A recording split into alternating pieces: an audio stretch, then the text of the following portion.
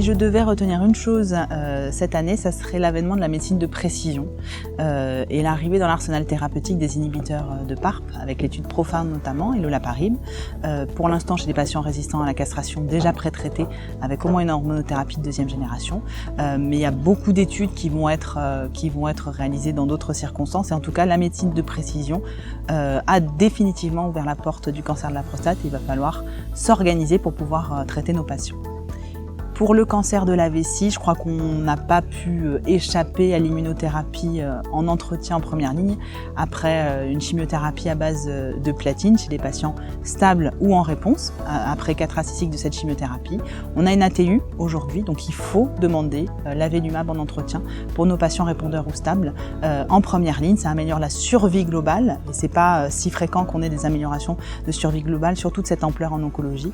On aura d'autres résultats sur l'association chimio-immuno, l'immunosol qui font pas forcément mieux. On aura sûrement du mal à déboulonner le cisplatine en première ligne, mais voilà, ça y est, l'immunothérapie est en première ligne. Elle est aussi en deuxième ligne pour les patients qui ne l'auront pas reçue avant. Donc ça, c'était le point très important. Et puis pour le cancer du rein, métastatique en l'occurrence en ce qui me concerne, on en a beaucoup parlé. On a aujourd'hui à disposition et pour prescrire à nos patients maintenant 2 combinaisons d'immunothérapie, nivolumab, ipilimumab et pembrolizumab plus axitinib, avec des stratégies de choix qui sont encore à réfléchir, qui vont dépendre d'un certain nombre de choses, dont le groupe pronostic de la maladie, les caractéristiques du patient, et l'objectif principal qu'on se donne en réponse immédiate, en survie à plus long terme.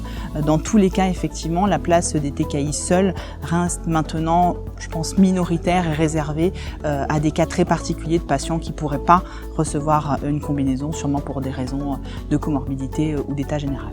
Donc on a fait beaucoup de progrès, encore plein de nouveautés, et puis le congrès de l'ESMO qui va arriver dans une semaine nous en donnera encore sûrement.